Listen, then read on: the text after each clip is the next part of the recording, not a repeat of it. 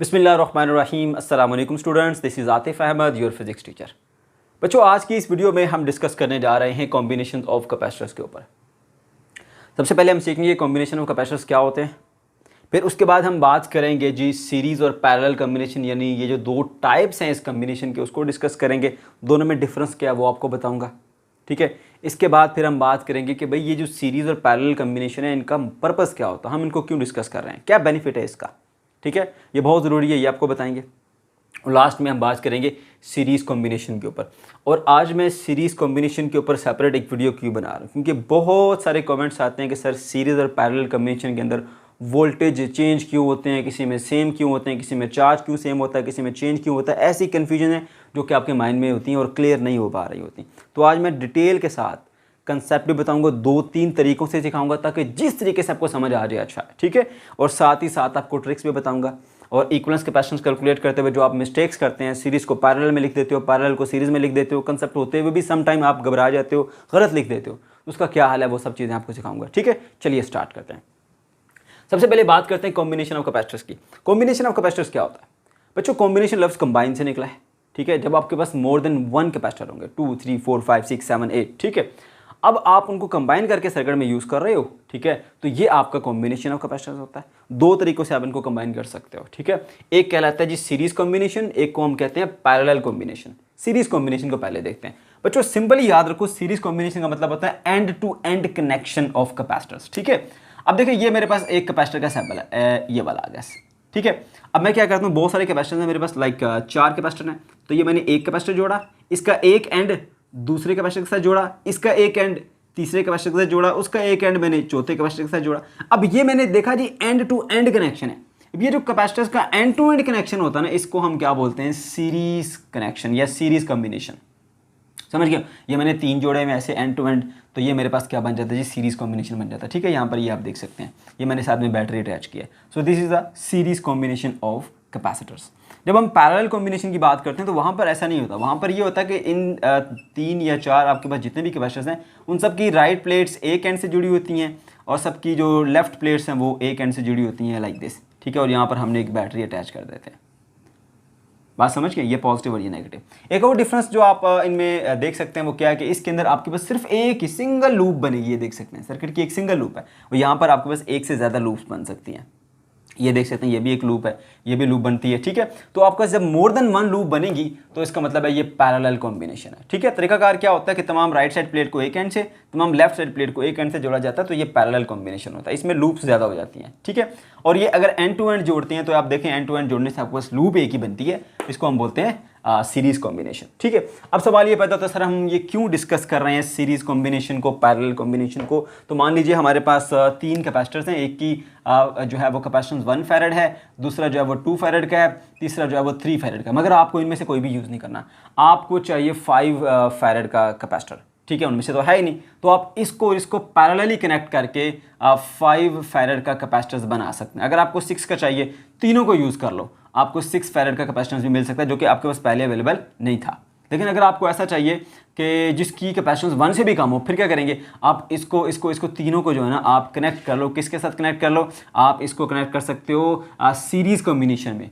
तो आपको 1 से भी जो है वो कम, अप्रोक्सीमेटली 0.66 फैरेड के करीब, मैं अभी आपको समझाऊंगा, कैलकुलेट करके भी बताऊंगा, इतने फैरेड की कैपेसिटेंस भी आपको मिल सकती है। तो सीरीज़ और पैरेलल कॉम्बिनेशन को हम इसलिए डिस्कस करते हैं कि जो कैपेसिटर्स हमारे पास अवेलेबल हैं, अगर उससे हट के किसी कैपेसिटेंस का हमें कैपेसिटर चाहिए तो वो भी हम बना सकते हैं इन सीरीज़ कॉम्बिनेशन के जरिए। इनको हम इस तरह सीरीज़ में भी जोड़ सकते हैं, पैरेलल में भी जोड़ सकते हैं। एक में कैपेसिटेंस बढ़ जाती है और एक में कैपेसिटेंस कम हो जाती है। ये मैं आपको विद प्रूफ समझाऊंगा, अभी बस आप ये सुन लीजिए। ओके जी, तो ये हमने सीख लिया भी हम क्यों डिस्कस करते हैं series combination and parallel combination को, ठीक है बच्चों। अच्छा, अब हम आ जाते हैं जी अपने मेन टॉपिक की तरफ, वो है सीरीज कॉम्बिनेशंस ऑफ कैपेसिटर्स, ठीक है। तो मैंने आपको बता दिया भाई, आप कैपेसिटर्स को इस तरह एंड टू एंड कनेक्ट करते हो और एक बैटरी के साथ ज्वाइन कर देते हो, ये आपका एक सीरीज कनेक्शन हो गया, ठीक है। अच्छा जी, अब सीरीज कनेक्शन के अंदर आपने करना क्या होता है, इक्विवेलेंस कैपेसिटेंस जो है वो मेन हमारा काम है, वो कैलकुलेट करनी होती है, ठीक है। तो उससे पहले आपको कुछ चीज़ें समझा देता हूँ। पहली बात यह कि इसमें जो चार्ज है ना वो सेम स्टोर होता है। क्यों चार्ज सेम जो है वो स्टोर होता है, मैं आपको वो बात समझा देता हूँ। पहले आप देख सकते हैं, ये चले मैं पहले इसको मिटा देता हूँ ताकि आपको कन्फ्यूजन ना हो समझने में, ठीक है ना। मैं इसको भी नहीं लिख रहा है यहाँ पर, ठीक है, और मैं इसको भी मिटा देता हूँ। बस आपको इतना पता है कि हमारे पास जो है वो 3 कैपेसिटर हैं, एक C1 है, एक C2 और एक C3 है। 3 कैपेसिटर, उनका नाम C1 C2 C3 रखा है इसलिए क्योंकि इन तीनों की कैपेसिटेंस अलग अलग है। एक की कैपेसिटेंस का जो है वो उसको मैं लेट सपोज 1 फैरेड मान लीजिए, 2 फैरेड मान लीजिए, इसको 3 फैरेड मान लीजिए। इस तरह से तीनों की कैपेसिटी चार्ज स्टोर करने की अलग अलग है, ठीक है। तो इसलिए अलग अलग नाम C1 C2 और C3, इनको मैंने सीरीज़ में कनेक्ट किया हुआ। पहली बात ये कि सीरीज़ के अंदर जो है वो चार्ज सेम जो है वो स्टोर होगा तीनों कैपेसिटर्स के ऊपर, भले ही इनकी कैपेसिटेंस जो है वो अलग अलग है। अब बच्चे कहते हैं सर क्यों, अब इनकी कैपेसिटी अलग अलग है तो चार्ज कैसे सेम स्टोर हो जाता है, उसका क्या मैकेनिज्म है मैं अभी आपको समझाता हूँ। बच्चों होता यूँ है कि बैटरी जो है वो पॉजिटिव प्लेट जो है वो इससे कुछ चार्ज इलेक्ट्रॉन को ऐसे छीन लेती है, ठीक है। तो इसके ऊपर जो है वो पॉजिटिव चार्ज आ जाता है, मैं लिख देता हूँ जी +Q, ठीक है। अब जब इस पे पॉजिटिव चार्ज आता है ना तो इसके बिल्कुल करीब दूसरे ये जो प्लेट है ना ये पड़ी हुई है, तो इस पर due to electrostatic induction negative charge आता है। इलेक्ट्रोस्टैटिक इंडक्शन क्या होती है, मान लीजिए ये हमारे पास एक रॉड है, इसके ऊपर पॉजिटिव और नेगेटिव चार्ज जो है वो यूनिफॉर्मली डिस्ट्रीब्यूटेड है ऐसे, ठीक है। 1 2 3 4 5, चले एक और बनाते हैं, ये 6 हो गए, सही है। अब मैंने रफ सी बनाई है, आप इसको बेशक थोड़ा नीट करके बना लें ऐसे। तो अब 6 पॉजिटिव है, 6 नेगेटिव है, यूनिफॉर्मली डिस्ट्रीब्यूटेड है, इसके ऊपर कोई पॉजिटिव नेगेटिव चार्ज नहीं है। मैं इसके करीब कोई चार्ज बॉडी लेके आता हूँ, लाइक ये पॉजिटिवली चार्ज बॉडी मैंने इसके करीब लाई, तो वो क्या करेगी, इलेक्ट्रॉन इसको खींच के ना अपनी तरफ ले आएगी। अब इलेक्ट्रॉन यहाँ से निकल जाएगा, इधर आ जाएगा, ये भी यहाँ से निकल जाएगा इधर से और इधर आ जाएगा। तो अब आप देखें ज़रा, इसके हाफ एंड पे 3 पॉजिटिव हैं और 1 नेगेटिव है ना, तो क्या मिलेगा आपको, +2 मिलेगा। यहाँ पर इस एंड पे हमारे पास 5 जो है वो नेगेटिव आ गए और जो पॉजिटिव है वो कितने हैं जी, 3 है, तो यहाँ पर -2 आ जाएगा। तो देखो जो नियर एंड है ना इसका, उस पर अपोजिट चार्ज आ रहा है नेगेटिव चार्ज, और जो फार एंड है उसके ऊपर पॉजिटिव चार्ज आ रहा है, ठीक है। Partial positive partial negative charge आ जाएगा, ठीक है ना। तो ये वाला एंड नेगेटिव हो गया, ये वाला एंड जो है आपके पास पॉजिटिव हो गया, बात समझ गए हो। तो इसको हम बोलते हैं इलेक्ट्रोस्टैटिक इंडक्शन। कोई भी न्यूट्रल बॉडी के करीब जब आप कोई चार्ज बॉडी लेकर आते हैं तो उसके नियर एंड पर अपोजिट चार्ज, फॉर एंड के ऊपर सेम चार्ज आता है। अब यहाँ पर जो है इसको हम बोलते हैं इलेक्ट्रोस्टैटिक इंडक्शन। और आप ये नोट कीजिए कि जितना इस तरफ पॉजिटिव चार्ज आया उतना ही इस एंड पे क्या आया, नेगेटिव चार्ज आया। ये बात बड़ी इंपॉर्टेंट है, गौर से सुनिए आपने, ओके। और जितना इस पर पॉजिटिव चार्ज होगा ना उसी रिस्पेक्ट से यहाँ पर नेगेटिव चार्ज आता है। यहाँ पर अगर जो है वो पॉजिटिव चार्ज आया तो ड्यू टू इलेक्ट्रोस्टैटिक इंडक्शन इसकी इस प्लेट के ऊपर उतना ही नेगेटिव चार्ज आएगा, ठीक है। अब ये इस कैपेसिटर की एक प्लेट और दूसरे कैपेसिटर की एक प्लेट ये मिलकर ना ऐसे कनेक्टेड है, तो ये एक बॉडी की तरह बिहेव करती हैं। तो अब जरा देखो, मान लीजिए इस बॉडी की जगह हमारे पास ये बॉडी है, तो इसके करीब जो है ना वो हमने ये पॉजिटिवली चार्ज ऐसे एंड रखा हुआ है, ठीक है। तो इस एंड पे क्या आएगा, नेगेटिव क्यू चार्ज। तो जितना यहाँ पर नेगेटिव आया उतना ही यहाँ पर पॉजिटिव आएगा। ये देखो यहाँ पर 2 पॉजिटिव आया तो यहाँ पर 2 नेगेटिव आया था ना, तो सेम अमाउंट ऑफ चार्ज इस पे आती है। तो इसलिए यहाँ पर क्या चार्ज आएगा जी, +Q आएगा, ठीक है। और यहाँ पर फिर वही same to same procedure due to electrostatic induction, ये फिर उसी तरह एक बॉडी की तरह बिहेव करती है। एक प्लेट इस कैपेसिटर की, एक प्लेट उस कैपेसिटर की आपस में जब मिलती हैं तो ये एक बॉडी की तरह बिहेव करती हैं। तो इसके एक एंड पर नेगेटिव, दूसरे एंड पर पॉजिटिव चार्ज आ जाएगा। यहाँ पर Q नेगेटिव और यहाँ पर Q पॉजिटिव चार्ज आएगा, ठीक है। ये नेगेटिव से कनेक्टेड है, जितना इलेक्ट्रॉन यहाँ से ये लेके आई उतने इसके ऊपर शिफ्ट कर देगी, तो इस पर भी उतना ही चार्ज Q आएगा, समझ गए। तो अब इस तरह से हम कहते हैं कि क्योंकि आप देख सकते हैं कि यहाँ पर जो है वो इक्वल अमाउंट ऑफ चार्ज यहाँ से यहाँ ट्रांसफर हो रही है ऐसे, तो यहाँ पर भी चार्ज जो स्टोर हुआ वो चार्ज Q1 है, यहाँ पर जो चार्ज स्टोर हुआ वो भी Q है, यहाँ पर जो चार्ज स्टोर हुआ वो भी Q है। Q1 Q2 Q3 आप नाम नहीं देंगे क्योंकि सेम है ना, तो आपने एक ही Q आपने लिख दिया, ठीक है। तो ये बात आपको समझ में आ गई कि इसके पीछे क्या वजह है, इलेक्ट्रोस्टैटिक इंडक्शन की वजह से इन पर चार्ज आ रहा है, तो इक्वल अमाउंट ऑफ चार्ज इस वजह से आता है। क्लियर होगी बात। भले ही इनकी कैपेसिटेंस अलग अलग है लेकिन चार्ज जो है ये इक्वल अमाउंट में स्टोर करते हैं जब ये सीरीज़ में कनेक्टेड होते हैं।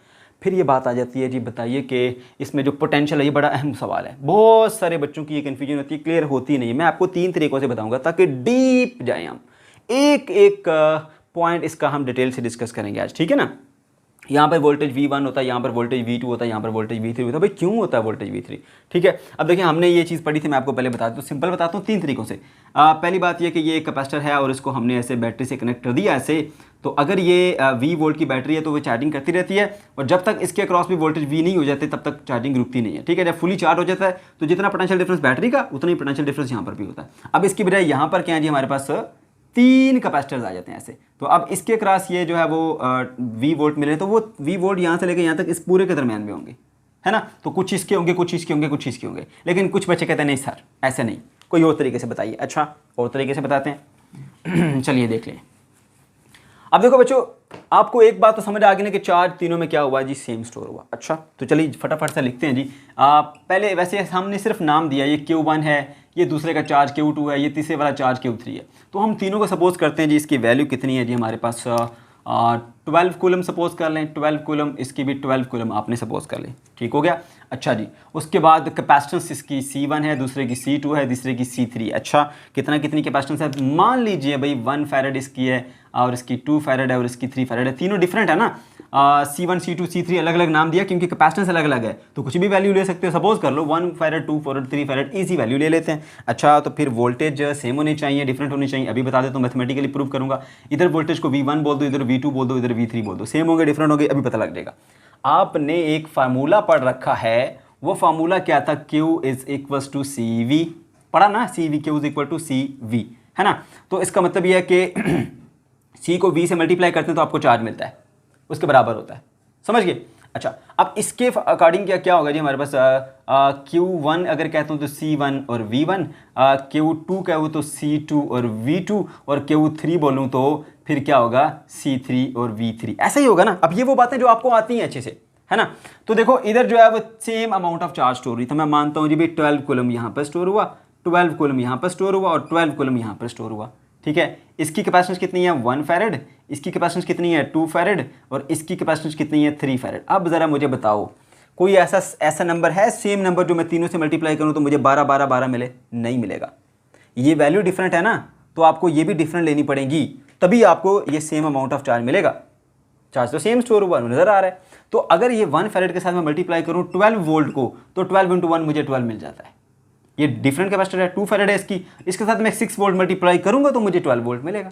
इसके साथ मैं 4 वोल्ट मल्टीप्लाई करूंगा तो मुझे 12 कूलम मिलेगा। तो आप देख लो, क्योंकि चार्ज है वो प्रोडक्ट होती है C और V की, अगर C चेंज होगा तो फिर V भी चेंज करना पड़ेगा, अदरवाइज प्रोडक्ट फिर चेंज हो जाएगी। 12 coulomb 12 coulomb 12 coulomb, same charge store हुआ, तो फिर इन दोनों नंबर्स को मल्टीप्लाई करने से सेम आंसर आना चाहिए। तो ये 1 फैरेड, ये 2 फैरेड, ये 3 फैरेड है, तो फिर यहाँ पर पोटेंशियल डिफरेंस भी डिफरेंट होगा, 12 वोल्ट 6 वोल्ट और यहाँ पर 4 वोल्ट होगा। उम्मीद है आपको पॉइंट जो बिल्कुल क्लियर हो गया होगा, ठीक है। हाँ एक चीज़ बता दूं आपको कि सीरीज़ में भी इनके अक्रॉस जो पोटेंशियल डिफरेंस जो है वो सेम हो सकता है, पॉसिबल है, पर पता है कब पॉसिबल है, अगर आपके पास ये तीनों कैपेसिटर जो है वो इक्वल कैपेसिटेंस के हों, इक्वल कैपेसिटेंस। मान लीजिए ये भी 1 फैरेड 1 फैरेड 1 फैरेड, तो 12 12 12 से मल्टीप्लाई करेंगे तो आपको वही चीज़ मिल जाएगी।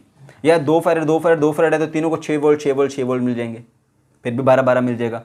तो सीरीज में अगर कैपेसिटर आपके पास इस तरह क्या है कि उनकी कैपेसिटेंस वेरी कर रही है, तो फिर वोल्टेज सीरीज में मस्ट जो है वो वेरी करेंगे, ठीक है। इसी वजह से हम कहते हैं जी यहाँ पर जो वोल्टेज होंगे वो V1 आएंगे, यहाँ पर वोल्टेज V2 आएंगे और यहाँ पर वोल्टेज V3 आएंगे, ठीक है बच्चों। अच्छा अब तीसरे एंगल से इसको देखते हैं। अब कुछ बच्चे कहते हैं कि सर जी नहीं, अभी भी ये चीज़ मैथमेटिकली तो आपने प्रूव कर दी, मतलब फिजिकली थोड़ा सा हमें और इस चीज़ के बारे में समझाएं तो वो भी समझा देते हैं। देखिए जी, हम कैपेसिटेंस के बारे में जानते हैं, कैपेसिटेंस क्या होती है, amount of charge store to produce 1 volt potential difference, जो प्रॉपर डेफिनेशन है ना इसकी, ठीक है। असल डेफिनेशन कैपेसिटेंस की वो ये है कि भाई 1 वोल्ट पोटेंशियल डिफरेंस अगर आपने कैपेसिटर की 2 प्लेट के दरमियान प्रोड्यूस करना है, उसके लिए कितना चार्ज स्टोर करते हो। अगर 1 वोल्ट प्रोड्यूस करने के लिए 1 कूलम चार्ज स्टोर करना पड़ा तो उसकी कैपेसिटेंस कितनी होगी 1 फैरेड। अगर 1 वोल्ट पोटेंशियल डिफरेंस प्रोड्यूस करने के लिए 2 कूलम चार्ज चाहिए तो कैपेसिटेंस होगी 2 फैरेड। अगर 1 कूलम चार्ज प्रोड्यूस करने 1 वोल्ट का पोटेंशियल डिफरेंस प्रोड्यूस करने के लिए 3 कूलम चार्ज रिक्वायर्ड है तो फिर उसकी कैपेसिटेंस कितनी होगी 3 फैरेड होगी। ये प्रॉपर या एग्जैक्ट डेफिनेशन है उसकी कैपेसिटेंस की, है ना। तो उसके हवाले से देखो, इसका मतलब ये हुआ कि भाई कैपेसिटेंस जिसकी 1 फैरेड है ना, ठीक है, उसमें 1 वोल्ट पोटेंशियल तब प्रोड्यूस होगा अगर आप 1 कूलम चार्ज स्टोर करोगे। तो जिसकी कैपेसिटेंस 2 फैरेड है ना, 1 वोल्ट तब प्रोड्यूस होगा अगर आप 2 कूलम चार्ज स्टोर करो। तो जिसकी कैपेसिटेंस 3 फैरेड है ना, 1 वोल्ट पोटेंशियल तब प्रोड्यूस होगा अगर आप 3 कूलम चार्ज स्टोर करो। तो अब यहां से एक बात अच्छे से समझ लो कि 1 volt 1 volt 1 volt equal potential difference तीनों के क्रॉस लाना है, तो चार्ज की अमाउंट सेम नहीं है। क्यू इधर जो है वो C1 कूलम है, इधर जो है वो Q जो है वो 2 कूलम है, इधर जो कूलम 3 कूलम है ना। तो आपने क्या किया, आपने तो यहां पर सेम चार्ज दिया, ठीक है, यहां पर भी Q, यहां पर भी Q, यहां पर भी Q, और मैंने क्या बताया था आपको, मान लीजिए ये 1 फैरेड है, ये 2 फैरेड है और ये 3 फैरेड है ना। अब ये 1 फैरेड वाला इसको 1 कूलम अगर मिल जाता है, ठीक है, तो इसमें तो 1 वोल्ट का पोटेंशियल डिफरेंस बन जाएगा। अब ये जो 2 फैरेड वाला है, ये 2 कूलम मिलेगा तो 1 वोल्ट बनता है, लेकिन नहीं, हमने तो चार्ज सेम स्टोर किया, इधर भी 1 कूलम है तो फिर इधर भी 1 कूलम आएगा, तो फिर इधर 1 वोल्ट पोटेंशियल डिफरेंस नहीं बन पाएगा। समझ गए हो, क्योंकि इधर 1 वोल्ट पोटेंशियल डिफरेंस बनाने के लिए 2 कूलम चार्ज चाहिए। फिर तीसरे वाला उसको मैंने बोला था 3 फैरेड, समझ लो। अब 3 फैरेड में 1 वोल्ट का पोटेंशियल डिफरेंस बनाना है तो आपको 3 कूलम चार्ज स्टोर करना चाहिए, मगर आपने तो चार्ज तीनों का बराबर दिया। इसको भी मान लीजिए 1 कूलम, इसको भी 1 कूलम, इसको भी 1 कूलम, है ना। तो फिर इस वजह से हमारे पास जो पोटेंशियल है वो सेम नहीं मिलेगा। ठीक है, मैं फिर से क्लियर कर दूं, आप देख सकते हैं कि ये तीनों अलग अलग हमारे पास कैपेसिटेंस के कैपेसिटर हैं। अगर आपने इसमें 1 वोल्ट 1 वोल्ट 1 वोल्ट या सेम पोटेंशियल डिफरेंस लेके आना है तो चार्ज की अमाउंट सेम नहीं होनी चाहिए, चार्ज की अमाउंट डिफरेंट होगी। तो यहाँ पर तो चार्ज आपने सेम दिया है, तो फिर इस वजह से पोटेंशियल डिफरेंस आपको सेम नहीं मिलेगा। ये आपका मैंने तीसरे एंगल से भी बता दिया डीप जाके। ठीक है, ओके जी, खैर ये हमारे पास हो गया कंप्लीट। तो हमने सीख लिया अभी V1 V2 और V3 हमारे पास तीनों जो है वो पोटेंशियल अलग क्यों होते हैं, 3 तरीकों से हमने सीखा इस चीज़ को। ओके, अब हमने इसकी कैलकुलेट करनी जी इक्विवेलेंस कैपेसिटेंस। तो कैसे कैलकुलेट करेंगे, यहाँ पर पहली बात एक प्रॉपर्टी बता दो साथ में कि भाई ये जो हमारे पास चार्ज है ना, चलें ये पॉइंट बना देता हूँ मैं ऐसे। इधर जो चार्ज है उसको मैं नाम दिया था Q1 का, वो इक्वल होता है जी हमारे पास Q2 के, वो इक्वल होता है जी हमारे पास Q3 के, और सबको एक ही नाम दे दिया हमने Q का, समझ के। ओके जी, उसके बाद क्या करेंगे हम, उसके बाद ये देखेंगे कि इसमें क्या चीज़ डिवाइड हो रही है। अब यहाँ से Q चार्ज था, वही सारों में से Q गुजरता गया, तो चार्ज तो डिवाइड नहीं हुआ। डिवाइड क्या हुआ, ये जो बैटरी ने पोटेंशियल दिया था ना वो डिवाइड हुआ, इधर V1 इधर V2 और इधर V3। तो जो चीज़ डिवाइड होगी ना उसकी इक्वेशन लिखनी है आपने, और उसी के अंदर Q = CV से वैल्यू पुट करके आपने कैपेसिटेंस कैलकुलेट करनी है। आप लोग अक्सर गलती कर देते हो, सीरीज़ में पैरेलल लिख देते हो, पैरेलल में सीरीज़ लिख देते हो। आप ये देखा करो कि इसके अंदर जो है वो क्या चीज़ डिवाइड हुई, वोल्टेज डिवाइड हुआ। तो आप बताएंगे भाई टोटल वोल्टेज जो बैटरी ने प्रोवाइड किया वो बराबर है V1 + V2 और +V3। ठीक है, ये वो आपके पास मेन इक्वेशन है। ये अगर आपने सही से लिख ली तो उसके बाद आगे आपका काम जो है वो आसान हो जाएगा। ठीक है बच्चों, ओके जी। अब क्या करना आपने, अब यहाँ पर ना V1 V2 V3 की वैल्यू पुट करनी है। V1 कहाँ पर है, यहाँ पर। ठीक है, और आप सब जानते हो कि हम इधर लिखेंगे, चलें इधर ही मेंशन कर देते हैं। We know that Q = CV and it implies that अगर V की वैल्यू पुट करनी हो तो V आएगा हमारे पास Q/C के, है ना। तो अब V1 कहाँ पर है, V1 यहाँ पर है जी। V पहले वैसे लिखो, V = V1 कहाँ, इधर, तो Q/C1। तो यहाँ लिखेंगे Q/ यहाँ लिखोगे C1, फिर प्लस, फिर V2 क्या यहाँ पर है, Q/C2।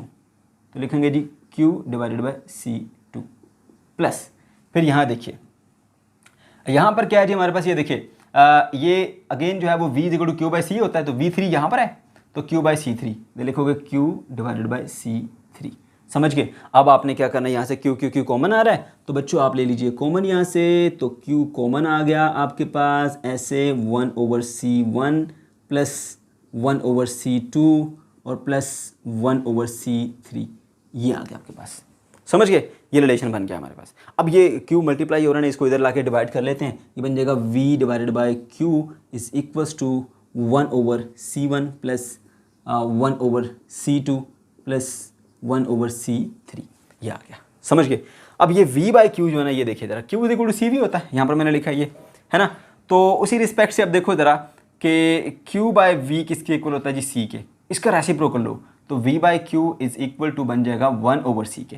तो ये टोटल वोल्टेज, ये टोटल चार्ज, तो फिर हमारे पास जो कैपेसिटेंस आएगी वो भी टोटल आएगी, तो 1 इक्विवेलेंस कैपेसिटेंस लिखेंगे E और साथ में Q, इक्विवेलेंस कैपेसिटेंस। ठीक है, तो इक्विवेलेंस कैपेसिटेंस आएगी जी 1/C1 + 1/C2 + 1/C3। ठीक है बच्चों, तो अब मैं इसको ऊपर लिख देता हूँ, कहीं अगर नीचे से कट रहा होगा तो ऊपर से देख लीजिएगा। 1/C इक्विवेलेंस कैपेसिटेंस का फाइनल रिलेशन हमारे पास आया = 1/C1 + 1/C2 + 1/C3, ये आ गया हमारा वो फाइनल रिलेशन। ठीक है, जो हमें रिक्वायर्ड था इक्विवेलेंस कैपेसिटेंस के लिए। ठीक है, तो सिंपली क्या याद रखा आपने, जो चीज़ डिवाइड हो रही है उसकी इक्वेशन लिखो और Q = CV से वैल्यू पुट करो, बस इतना काम है। आगे इक्वेशन खुद ब खुद बन के आएगी, तो ये बन के आ गया आपके पास। ओके, तो बच्चों अब यहाँ पर एक चीज़ और याद रखिए, अगर आपके पास 3 से ज़्यादा कैपेसिटर्स हैं तो घबराने की ज़रूरत नहीं है। इसी तरह से आप लिख देंगे 1/C equivalence capacitance = 1/C1 + 1/C2 + 1/C3 + ... 1/CN तक जाएंगे आप, समझ गए। तो ये हमारे पास आ गया जब हमारे पास n नंबर ऑफ कैपेसिटर्स इस्तेमाल करेंगे आप, राइट। ओके, अब कंसेप्चुअल क्वेश्चन ये क्या है, यहाँ पर आप लोग याद रहें, कंसेप्चुअल क्वेश्चन बन सकता है कि अगर हम जो कैपेसिटर्स हैं उनको सीरीज़ में लगाएं तो जो इक्विवेलेंस कैपेसिटेंस होती है वो कैसी होती है, मतलब ज़्यादा हो जाती है, कम हो जाती है, क्या हो जाती है, वो सब चीज़ें आपने बतानी। तो आपको बता दूं कि अगर आप कैपेसिटर्स को सीरीज़ में लगाते हो तो जो सबसे छोटा वाला कैपेसिटर है ना उससे भी कैपेसिटेंस कम हो जाती है। ठीक है, मतलब मान लीजिए कि हमारे पास यहाँ टॉपिक कंप्लीट हो गया, आगे समझा रहा हूँ कंसेप्चुअल क्वेश्चन कि मान लीजिए C1 है आपके पास 1 फैरेड का और जी C2 है आपके पास 2 फैरेड का। ठीक है, आपने इनको क्या कर लिया, आपने C1 और C2 को आपने इसको ऐसे ज्वाइन कर लिया एक सीरीज तरीके से, ऐसे इस तरह से। ठीक है, ये C2 है हमारे पास, ये पॉजिटिव ये नेगेटिव। तो अब जो कैपेसिटेंस आएगी ना इक्विवेलेंस कैपेसिटेंस आपको कितनी मिलेगी वो ज़रा देखिए। तो आप जानते हैं फार्मूला अभी आपने कैलकुलेट किया 1/C equivalence is equals to 1/1 और प्लस 1/2। तो आप इसका एलसीएम लें, अगर एलसीएम लेना नहीं आता तो आसान तरीका बताता हूँ यहाँ पर। आप ऐसा कर लें कि 1 को 2 से मल्टीप्लाई कर लो 2, 1 को 1 से मल्टीप्लाई किया 1, नीचे वालों को आपस में मल्टीप्लाई करो 2, यानी इसको उधर नीचे वालों को आपस में। तो ये बन जाता है जी मेरे पास 3/2 इज इक्वल्स टू 1/CE। मतलब हमें 1/C इक्विवेलेंस कैपेसिटेंस तो नहीं चाहिए, हमें तो CE की वैल्यू चाहिए। तो क्या करेंगे, उल्ट कर लो इसको, C equivalence capacitance is equals to 2/3 which is approximately equal to 0.66 farad आएगी। तो देखो अब पहला कैपेसिटर था C1, उसकी 1 फैरेड कैपेसिटेंस थी, दूसरे की 2 थी, लेकिन इनको जब सीरीज में कनेक्ट किया गया तो वो सबसे छोटे कैपेसिटर से भी कैपेसिटेंस कम हो गई और वो 0.66 फैरेड आ गई। ठीक है, तो ये अक्सर जो है आपसे ऑब्जेक्टिव में भी पूछा जाता है, शॉर्ट क्वेश्चन में भी पूछा जाता है, तो आपको अच्छे तरीके से ये कंसेप्ट जो है वो समझ में आ गया होगा। ठीक है बच्चों, ओके बच्चों, तो ये था हमारा आज का लेक्चर। अगर आपको कोई कन्फ्यूजन है या किसी किस्म का कोई प्रॉब्लम है तो कॉमेंट सेक्शन के अंदर आप ज़रूर पूछ सकते हैं। अल्लाह हाफिज़।